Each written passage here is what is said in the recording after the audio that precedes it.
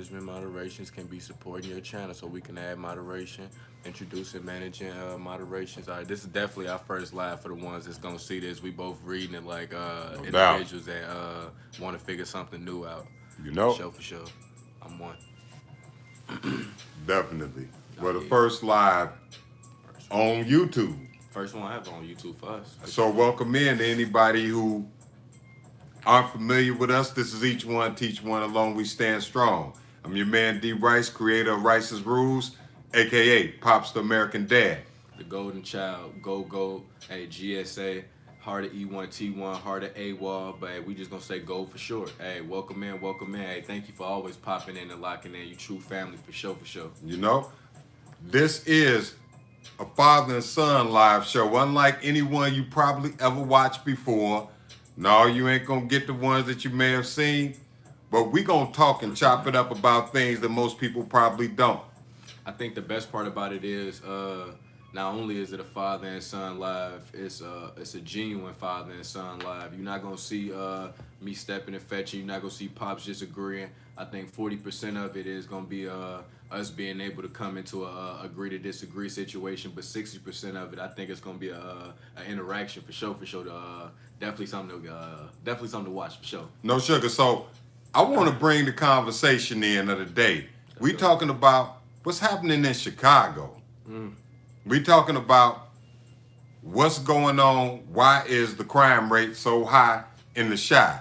And being from Chicago, growing up in Texas, and then moving to Chicago and living there for almost 30 years, I look at it as if things have changed. A lot of people say they didn't. Now, yeah, things used to go on back in the 90s and the 80s, and we could say all that, but let's be real. It's a different mindset. They're on a different type of time right now. So I want my son Golden Child, break it down from your perspective of a 25-year-old, 26. 26. Soon to be 27 this year. So I would say, just as a person, but you know what? I am gonna take it from a 25-year-old because that's not too far away. So I want to go back in time. Okay, Let's let's jump do it. back real quick. I think even before then, Chicago has always been a place that has individuals influenced, had individuals just influenced and infatuated with just the food, the smell, the environment, the people, the lingo, the clothing, the way they wore it, the way that they It's talked. a beautiful It's a city. beautiful city, and everybody wanted to kind of experience that Chicago feeling. So I think one of the biggest things that happened was the disconnect from the youth to the adults. Okay. Adults that had morals, integrity, principles, standards. A lot of them is locked up. A lot Or of those. moved out of Chicago. So the ones that are locked up or moved out of Chicago, they played a bigger part than they even knew. Those individuals was the ones that made it where it was safe to go to parks. Those was the True. individuals who made a way where the rims was still up. We True. could still hoop. True. They was hooping, so they made sure that hey, nothing's going on over here.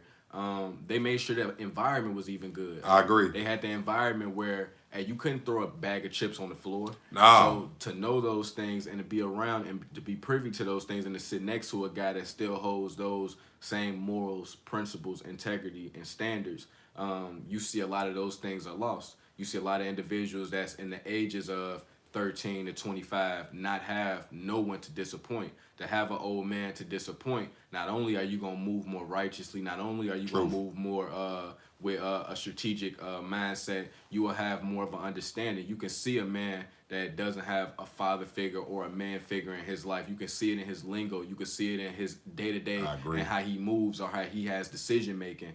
It's no knock to the strong will, to strong women who raise their kings to be as top tier as can be. But a lot of those kings still carry those women traits, because it's only natural to emulate what you've seen all of your life. And if you emulate a woman's mindset as a man, not only do you get a beta man, I feel like you get the man that's irrational. So they think irrational at will. Like they go to the 0 to 100. That's a real statement. I feel they go to that I 0 to like that. I'm gonna hurt you.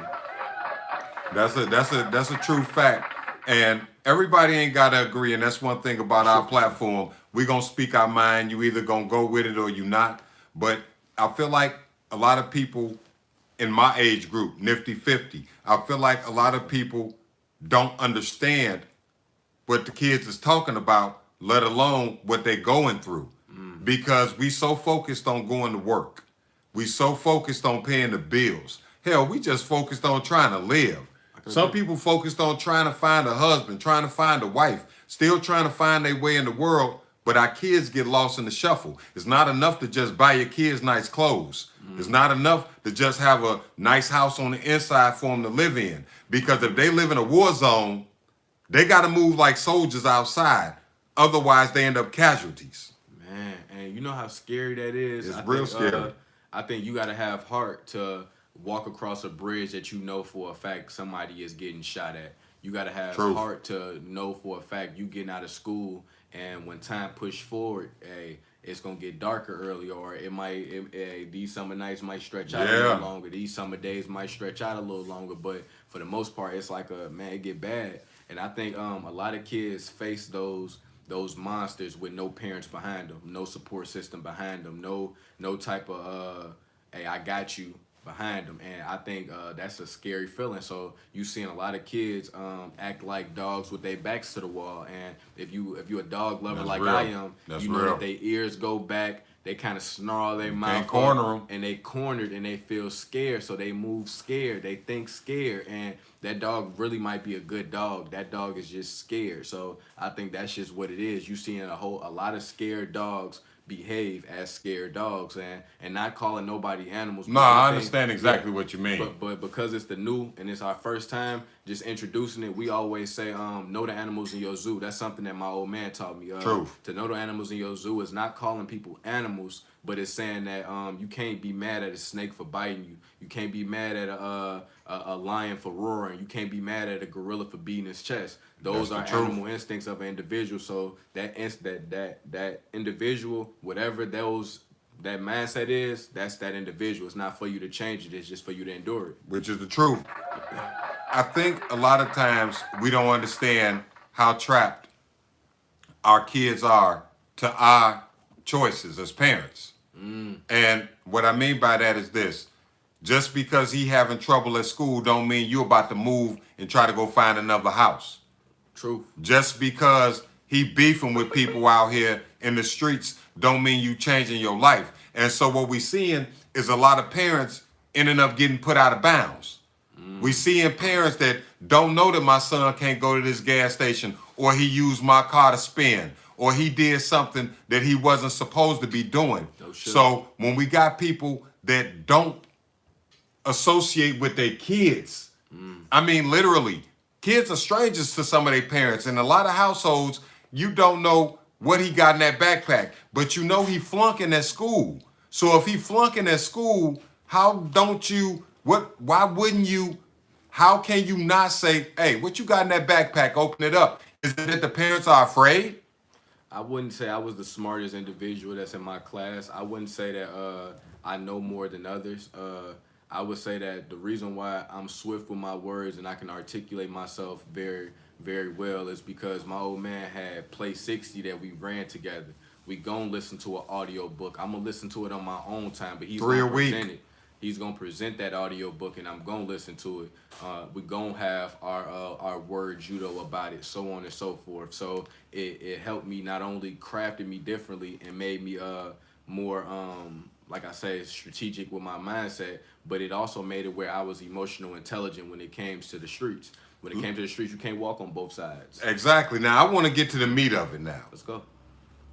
What the hell is happening in Chicago, and what's the mindset that's got everybody trying to get their lick back instead of people literally grieving for their people that they lost and moving on with their life?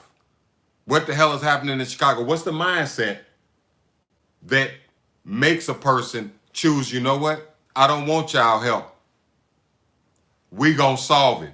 And constantly putting themselves back in the blender. Killing is a sport, and the fact that they made no snitching a rule that goes for mama, grandma, baby, lady, nephew, nieces, people that doesn't have anything to do with it.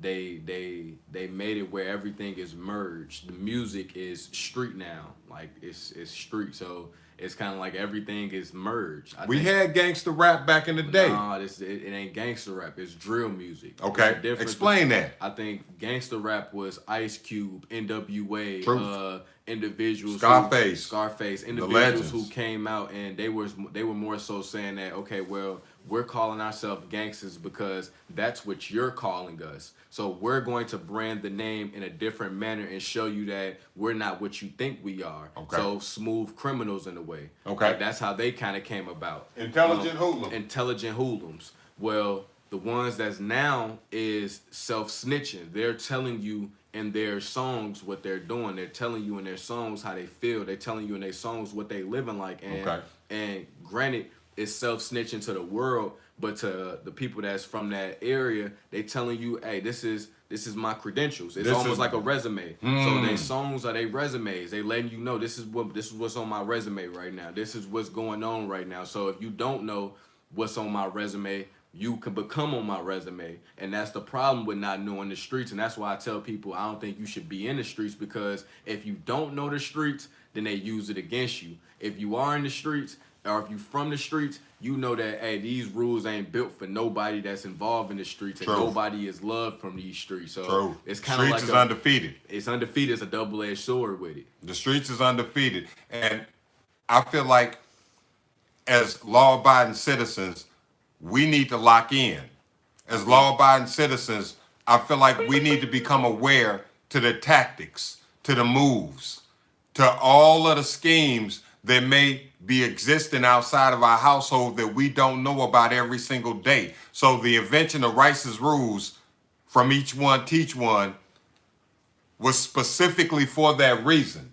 And for anyone that watches, it's never to glorify the bad guys, but it's always to magnify their behavior. So that way you will be in tune with exactly what's going on outside of your door. So when you go to the gas station, you don't do like most people I see at the gas station and get out your car, leave it running, and leave the doors unlocked. I think a lot of times people will go against that narrative of Rice's rules because they're scared. I Okay. think agreeing with Rice's rules is saying that I gotta be brave. Agreeing with Rice's rules is saying that, hey, you know what? I gotta kind of be a little bit of judgmental because I gotta know the animals in my zoo. So True. if you are a weird guy that's walking around with a ski mask and those gloves on, like you going to a CNA job, Come on. and with no license plates, I am gonna move a little bit different. We with should. you. If you standing behind me, directly behind me when I'm concealed carry, and you looking down at my firearm and you moving a little weird, I am gonna move a certain way should. towards you. If I'm at the gas station, I know it's certain times of the night, I feel like I am gonna move a certain way if I seen Rice's rules. So I think if you taking that initiative to go down that route, go down that rabbit hole, I feel like you gotta kind of buckle up. Yeah, you got to buckle up because it's full contact out here. And if you live in Chicago, hell, you don't have to live in Chicago. You can live in the south suburbs. You can live in Northwest Indiana. You can live in any part of the areas surrounding Chicago. Chicago is like a beacon. It's a beacon of hope for some people that are in business, but it's also a beacon of pain. A plague for crime. I think Chicago is so influential that no matter what city you live in, you will hear at least one rapper say they're a drill rapper. How were you a drill rapper from an area that you're not from? That's deep. How were you? That's deep. It's almost like somebody saying they a B or they a C, and you never been to California or you never been to a certain area. It's hard to honor. And it happens, but it's the thought of saying like a mindset of saying like how is that possible? Like if you can give the history of it and not the DJ Academics history of it, but the actual Aaron Waters shows, the Maxwell's, the actual history of those things of that just happened. And know the spots. And know the spots of those different things. White Castle on 79th. Know the spots. If you are one of those individuals, I think you would promote Rice's rules because you know exactly what we're talking about. You know exactly what we feel. You know exactly what we think because you will know like, hey, damn, why is that? Why is it that You can't go kick it at White Castle on Why is 79th that? no more at night like we used to do in the 90s. You can't go to the lakefront at night like we used to do in the 90s run without having no parallel- problems. Run parallel. You can't do a lot of things probably in Baltimore or St. Louis anymore, Memphis. or a lot of those different places. Houston, Atlanta. They have drill rappers, but no one asks, damn, where did drill rap originate from? And it's not to cut down or shit on drill rap, For sure. but let's be real. The whole mindset behind it is drilling. At first it was hitter music, then it was driller music. Come And on. I think a lot Come of on. times if people don't know the origins of something, or if they don't understand something, I think it's more so of you just kind of have a disconnect from it all in one. You and take the get take put the out of easy bounds. parts of it though. But You get take put the out of style bounds. of it. You get put out of bounds like that. But people everywhere is just taking the style of it. It look The cute. hairstyles, It the look clothes, cute. It the look cute. cadence to the music. Look cute. But truthfully, is it polluting our young people as well as some of the older people? That's what they used to ask about gangster rap. I'm gonna be honest with you. The reality to it is, from what I took, and I could be wrong. Method Man is who created it, Huh. and the reason why I say that is because That's deep. and this is why I say that. You hear all the stories about people saying, "Damn, Tupac's outlaws, they smoked his ashes," or Method Man, Ivory. If you know, you know how high. But I say that to Wow. say, when individuals took that amongst themselves to say, you know what, I'm blowing my friend. I'm blowing my friend. Other individuals took that as a demonic stance, and they kind of changed that whole narrative of Ivory is now being used against you. We now saying that against you. So why is it so popular? I'm gonna tell you, Ivory got stolen in the movie. Oh yeah, I remember the movie. I went to the show guy, to see it. by the guy. So they're using it against you. You can't see Ivory in a way. So it's kind of like it's stupid. It sounds crazy, but it's one of those things where for some reason or another, that one statement of, man, I got your homie in my pack, or that one statement of F your homie, it does something to individuals that rewire you differently, because that's somebody that you love. Like, Pops, I could not hear somebody say something about you in a disrespectful manner and you couldn't defend yourself. You think of instant soldier mentality. But this is my thing. People have been losing loved ones for years. Truth. And people have been spinning back and getting their lick back for years. Truth. But the amount of times it's happening and the age of the people that have adopted that mindset no is excuse. absolutely horrifying. It is. It's absolutely horrifying to think that if I see these little kids walking across, if I see these 14-year-olds go across my car, You better clutch just like you would clutch at 18-year-old. and this the thing, I see them walk across in front of me and the light turn green, I can't yell, get out the way, like we used to do. No. But feel me, that was part of respecting traffic. That was part of respecting the people in the cars. That was part of just genuine human respect. When you see your elders in their car and they're coming home from work and you walking across in front of the car and they tell you to move, that was normal. But you got to think, though, at this time right now, it's kids raising kids. So a kid is always yelling at a kid. It's almost like a big brother raising a little brother, a big sister raising a little brother. It's that syndrome. So she's already yelling at him. So, damn, I got to let you yell at me too? I got to let you get on that with me too. Mama ain't giving no love at the crib. Mama don't even love herself. She don't know what love is. She's too young to know what love is. That's deep. She's 30. I'm 13. I'm 15. Man, She that's 15 reality. years older than me. That's reality. I'm 17. She 30. That's reality. Some people might be like, man, hell no, that's bad. No, that's reality. That's real, where it's kind of like okay, well, kids is raising kids at 30, 25 to 30. You still kind of trying to figure it out. You still trying to, hey, let me do this. I could do this better. I could do that better. I feel like, Pops, you at 25 ain't the same as you at 50. No. It ain't the same. No. It couldn't be the same. No, totally different. couldn't be the I mean, same. not totally different, but a lot of layers have been peeled off to reveal what the actual man is. And a lot of these youngins don't get a chance to get to that point. A lot of them get deleted way before that. 18 forever. 16 forever. It's a lot of people that can't go see their kids. But you know what the truth is? As parents, our kids shouldn't be outside at 1 o'clock in the morning. I don't want to hear about, oh yeah, I thought he was asleep. What about that ain't supposed to be happening. What about the original rule of before you like go outside, you come home and do your homework? Yeah, I thought that's how it's supposed to still be. Come home and do your homework. Every day, I feel like unless it's a Friday, you got homework. Supposed to. And hell, on you got Friday, a book, you got a backpack. I was gonna say, hell, on Friday, you don't got homework from the school, but you got homework at home. You finna read a book. I mean, that's how it's supposed to be. So to know that is to know. I think the disconnect of just pulling the babies all together, having all the babies together, because you lying to me if you saying that you can't have dude mama from over there, dude mama from over there, dude mama from over there, all going to one location and then call their sons and say, baby, I need you to come over here right now. Mama needs you. And they all come over there, and when they all sit down, they moms look at them and say, baby, you a killer? And That's watch their heavy. response. That's heavy. Baby, you a killer. Look at your mama and That's tell your heavy. mama you a killer. If you really about that. Otherwise, Tell your mama why are we chasing our tail? Look up criminals interact with their moms. And they totally different in, people. in interrogation rooms, or just in the situations in itself. If you look at some of the situations that's going on, That's people heavy. be looking at it like, oh, well, yeah, he told.